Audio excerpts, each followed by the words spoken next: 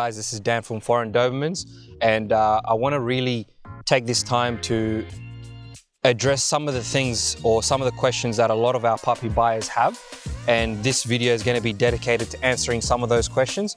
One of the main questions that we get from people or from families is, being a guard dog, will they be okay with a family environment, or will they be okay with other pets? And the short answer is yes, they will be, but like everything, there's certain things that you need to be real careful of. And one of those things is their high energy and arousal.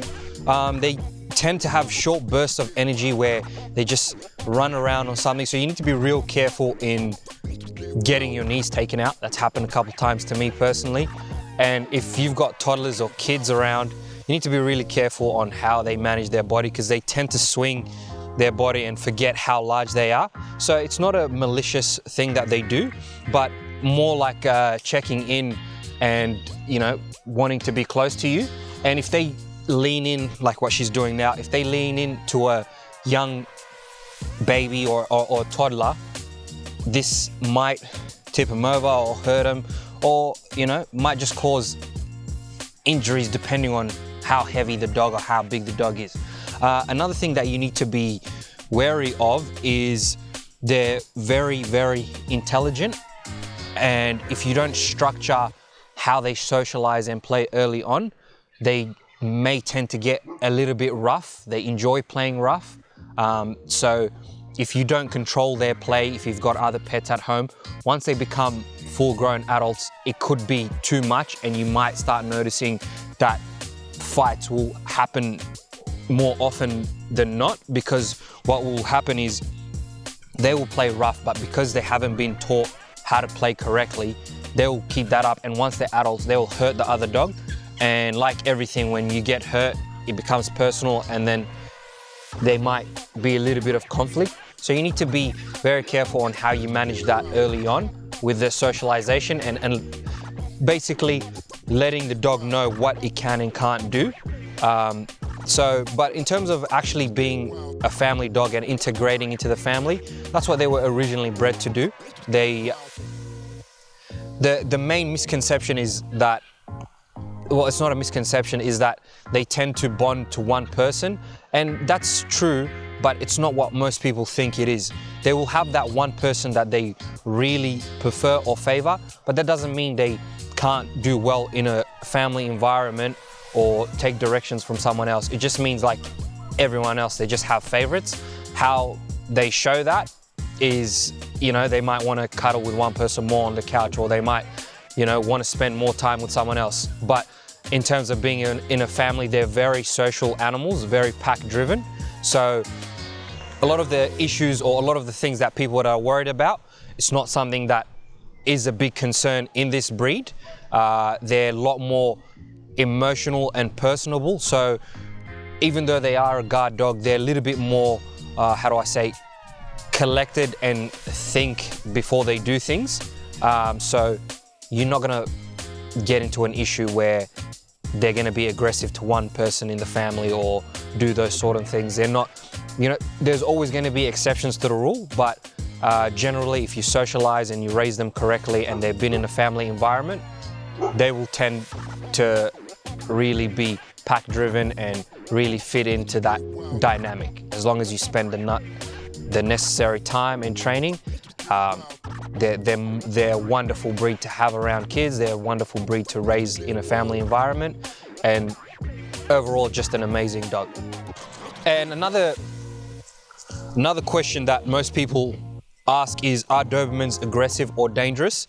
And there's no real short answer to this, because it depends on the pedigree, it depends on what dogs you get, it depends on the bloodlines, but generally they tend not to be aggressive or dangerous. One of the main things that you have to understand when picking a dog is you need to know what you're getting the dog for.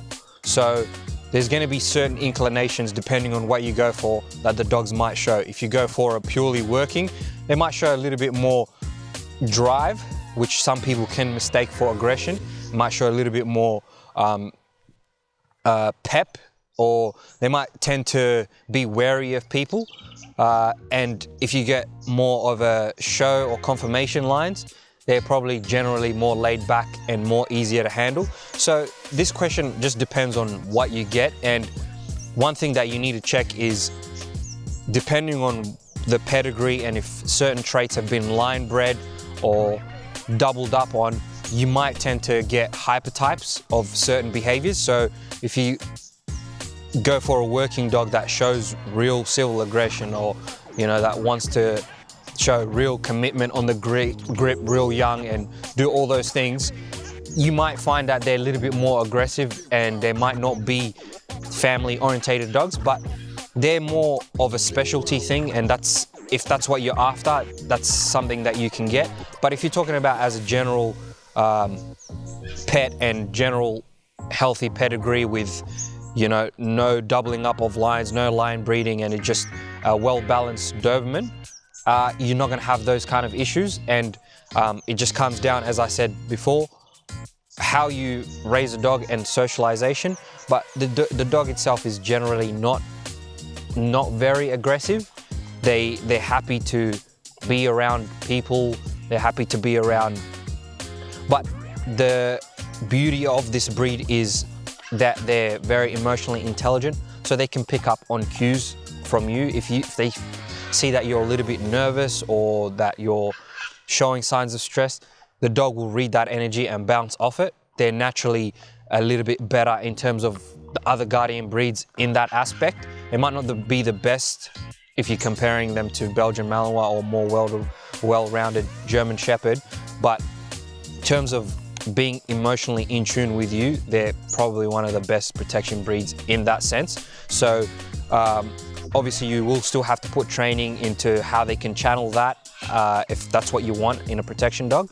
But if you're not training it, it might show up in ways that you might not like. Might be, if you don't like vocal dogs, they might be very vocal.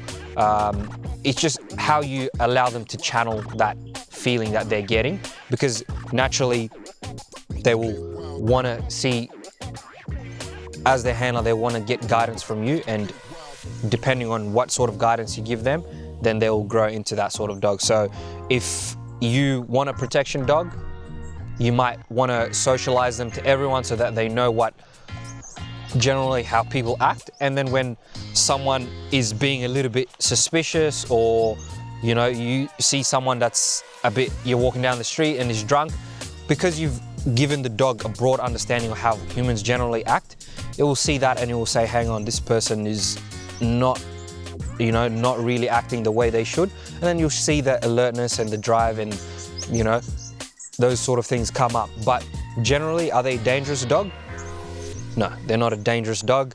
They're happy to just relax and be with you and be with your family. But if someone was to break in, or if something's more out of the ordinary, depending on what training you put in, they will definitely alert, they will definitely bark.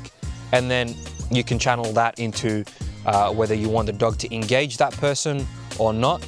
It's up to you how you train them, but naturally they have that instinct, and it's up to you to make sure they put that feeling or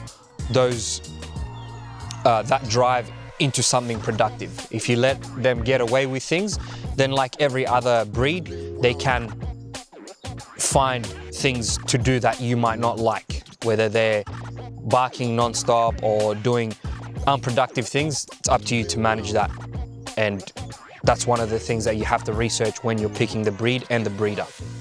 But I will want to add one more thing to this, is they are considered a medium to large breed, and like any large breed, whether they're aggressive or not, purely just based on their size and what they can do, it is your responsibility to manage your dog properly and make sure that you keep your dog, yourself, and the public safe.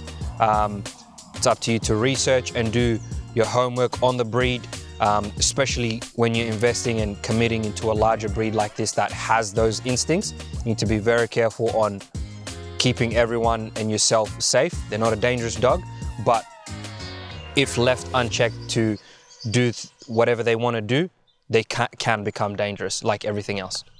Question that crosses most people's mind when they reach out for a puppy is, should I get a boy or a girl, or a male or female? And again, that just depends on what you're looking for. The males tend to be a lot larger, and once they mature, they can be a little bit more, let's say, have less self-preservation.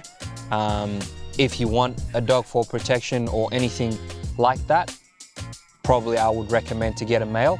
And the reason why I say that is, when I say they have less self-preservation, naturally, when a bitch is in whelp, if something was to happen to her, or if she dies, she can't look after the puppies. So if you want a dog that's on the front foot, going and doing things, there's obviously some exceptions, but females tend to be a lot more cautious.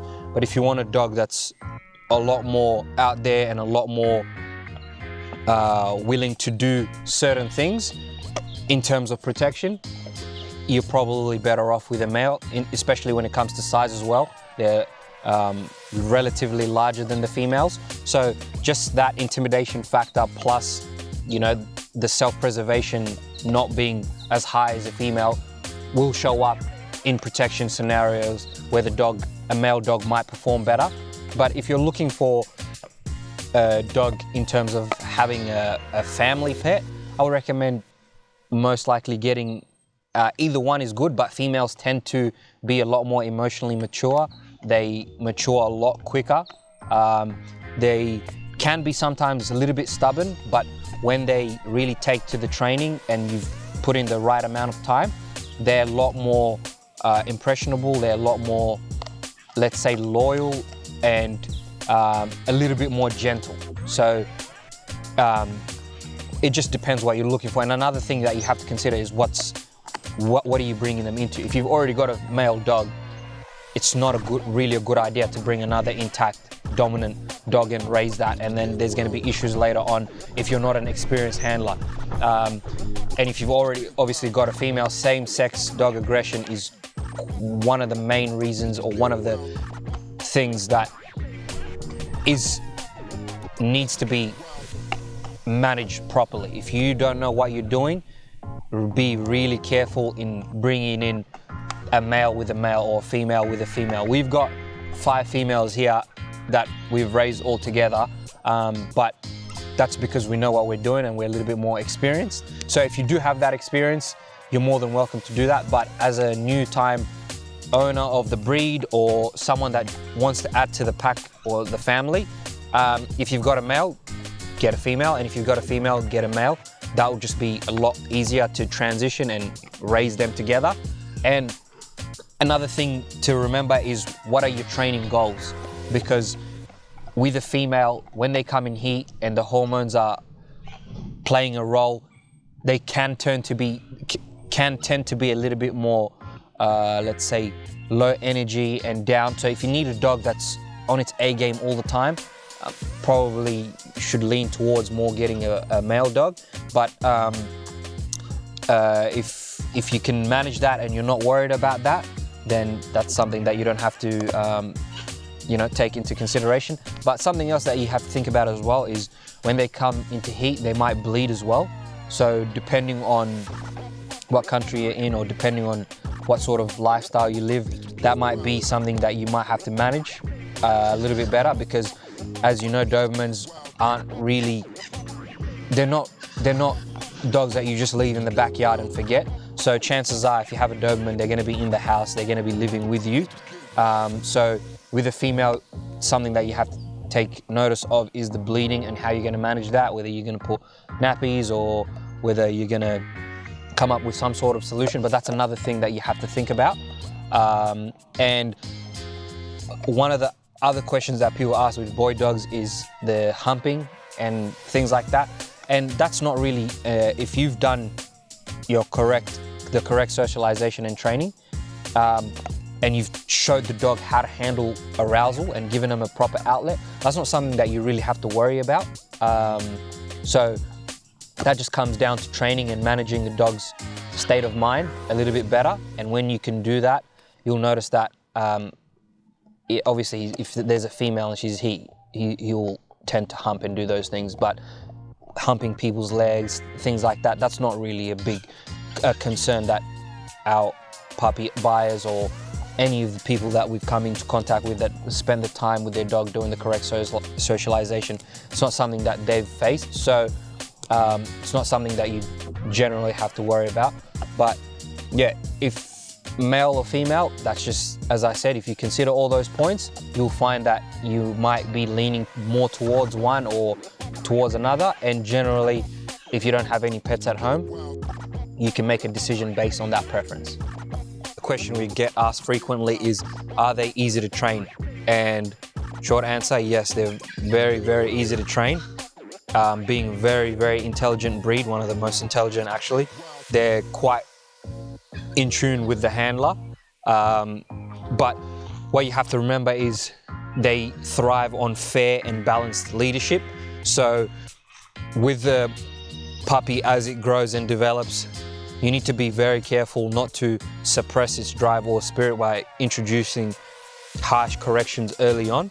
They don't thrive on that. They're a more sensitive dog, and by what I mean by sensitive is, if they see you're not happy, they can bounce off your energy. So if your attitude to the training isn't 100%, the dog's attitude to the training is not going to be 100% either. So the thing that you need to be really careful of is the dog will match your energy. So if you're naturally nervous, the dog's going to be naturally nervous. If you're more serious, the dog is going to be a little bit more serious, because what they do is the person that does their training and spends most of the time with the dog, you'll start to notice will pick up certain characteristics, and I like to call those signatures. So that person, whoever's trained the dog, you'll see their signature on the dog. So you need to be very careful what kind of signature you're leaving on the dog.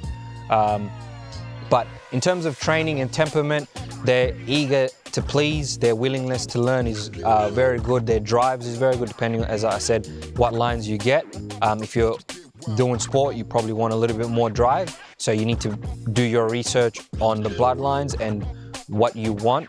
And if the parents and the grandparents, if you read the pedigree, you need to make sure that whatever you want your dog to do, that they've done it. Because there's no point getting a dog for something and you're getting completely the wrong bloodlines, and those lines have never done that. So it doesn't make sense to do that. So if you want a dog for sport, make sure you find and look through the pedigree and have the parents done sport. Have they been successful in it? And if you want a family pet, make sure you reach out to the breeder and say, can I speak to some of your puppy buyers who've had families and get experience on it? A responsible breeder will give you that kind of information and that kind of access to previous puppy buyers, so that you can discuss and know if the breed is right for you, and also if that breed is right for you as well. The topic that doesn't get brought up enough is health. How long do Dobermans live for? Generally, they can tend to live between 10 to 15 years, depending on the diet, depending on the nutrition, depending on what sort of health testing, what sort of parentage they had. But one key thing that you need to be really careful of is you need to do your research on the pedigrees and the bloodlines for longevity. So if you want a dog that, obviously everybody wants a dog that lives for as long as it can. So have a look at the pedigrees, go online and research and look at the causes of death, look at how long the parents lived for, how long the grandparents lived for, and that will sort of give you an indication on how long your puppy, or if that breed is right for you. And another thing you need to look out for is health testing. When you're looking for a puppy, speak to the breeder and ask them what sort of genetic health testing have they done, what sort of testing have they done on the parents, what are the bloodlines like, why did they mate the sire to the dam, why did they choose that pairing in particular. And when you speak, see what kind of response you're getting. If they're being a little bit hesitant to share that kind of information, that's probably a red flag. And if they don't want to discuss health, or they don't want to give you or show you what sort of health testing or give you the DNA results, so you need to, if they're not willing to share that information, you need to be very careful. And if you speak to the breeder and they're more than transparent and they allow you to come and actually see the dogs in person. Might be a bit difficult if they've used frozen semen, but if they have used frozen semen, ask why they chose to use that. Ask why they didn't get a local stud. You know, really try to find out why they've done what they've done, because chances are if they can't answer those questions, then they probably don't know what they're doing. So if you want to get a puppy from a reputable breeder and you want to get something that will fit your lifestyle, just do your research, have a look at the pedigrees and chat to the breeder, and if they're not forthcoming and giving you the information you need, it's probably best that you look for someone else. Yeah. And speaking about health, well, we spoke about with the Von Willebrand's and DCM, those are some common problems that the Dobermans are prone to. So if you research the lines and you have a look and you see a few deaths caused by those sort of things, even if the sire and dam have been tested clear, just be wary of that. And it's really important to do halter monitoring and those sort of things once the puppy gets to about a year old, just to see how they're developing. But in terms of health, generally, like every puppy, until they're about a year old, don't do too much running or extensive exercise or jumping till their bones and everything's been set in place, so that you don't get things like elbow or hip dysplasia, which they're not very common things, but if you let a puppy, because they're more energetic, you let them do a lot of the things that they want to do, you might run into problems later with their joint health and arthritis and things like that. So be really careful on how much activity a young dog you let them do. Just be very careful of that and monitor that. But besides those things, the health generally, sometimes they might have a little bit of issues with their eyes, but health testing and genetic testing allows you to see. But unfortunately, even with all the testing in the world, you might still get a dog that both the parents are clear, but they come up with something, and that's just a thing with genetics. You can stack your cards as high as you want, but sometimes nature is just gonna, might not have the same ideas as you. So another question that crosses people's mind is, do they shed? Are they high maintenance? And being a short coat breed, they do shed, but it's very fine, as you can see. Really fine, and they're not a high maintenance breed. You might need to brush them a couple times a month, or if you see some loose hairs, you can brush it off. But generally, being a shorter coat breed, that's not something that you necessarily have to worry about. And some people that are really passionate about the dog, but they don't have the right size, maybe they live in an apartment, we get asked, can Dobermans live in an apartment? And they definitely can, because as long as you're meeting their mental and physical needs, and as long as you're taking them out, in fact, I might say they might even thrive a little bit more, because we've got all this space and all they want to do is just hang around us anyway, in general, because they're just that kind of dog. So they, depending on if you put the right time to exercise and train and give them the mental stimulation they need, then they can definitely thrive in an apartment situation. We've actually got a puppy that we sent over to China who's lives in an apartment, but he has the best life. The owner takes him out everywhere, has a trainer, does all those things that the dog will need. And if you have a look at how the dog's raised, it's turning out to be a really, really confident and social puppy. So it can be done. You just might need to put in a little bit more effort than someone, let's say, that's got all that space. And lastly, when should I start training my puppy? And the answer to that is immediately. As soon as you get the puppy home, get him out, do things. Don't overwhelm. I've touched on this in another video, but don't flood the puppy. Give it time on its own, give it the attention it needs, but don't be over the top. Don't try to get it to do everything. But training should start as soon as it gets home. And as I mentioned in the previous video, if you can hand feed and do your training sessions as the feeding time for the dog, that will make your life easier, and that will also make the puppy's integration into the family a lot smoother as well. When you hand feed them and you do training, you'll notice that, as I said, their attitude will come up and they're gonna want to work for their food and they will try to earn it, which is a bonus for you. That way you can shape behaviors a bit more easily.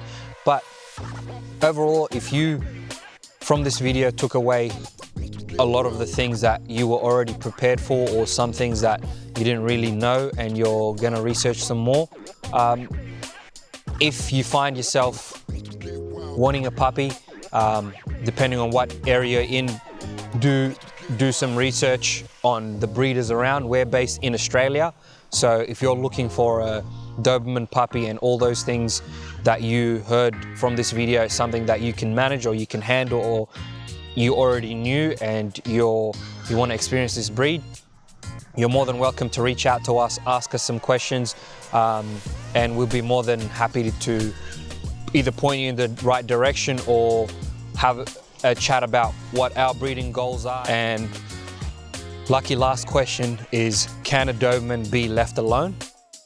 And the simple answer to that is yes, they can be left alone, as long as you've socialized them properly so that they don't have separation anxiety, and you've given them the necessary training, crate training. They're more than fine to be by themselves and hang out. Obviously, you don't want to leave the dog for extended periods of time, but if you've done the correct training and you've allowed them as puppies to have time on their own, that's something that they will be able to manage. But you know, as everything, it just comes down to how you raise the dog. Good girl. Ready?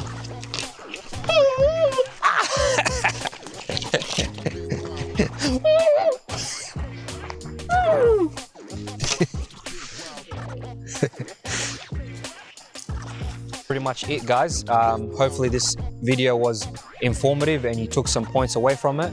And if you're ever looking for more information on Dobermans, or if there's a topic you'd like us to address, feel free to leave that in the comments and like this video and share, and we'll catch you on the next one.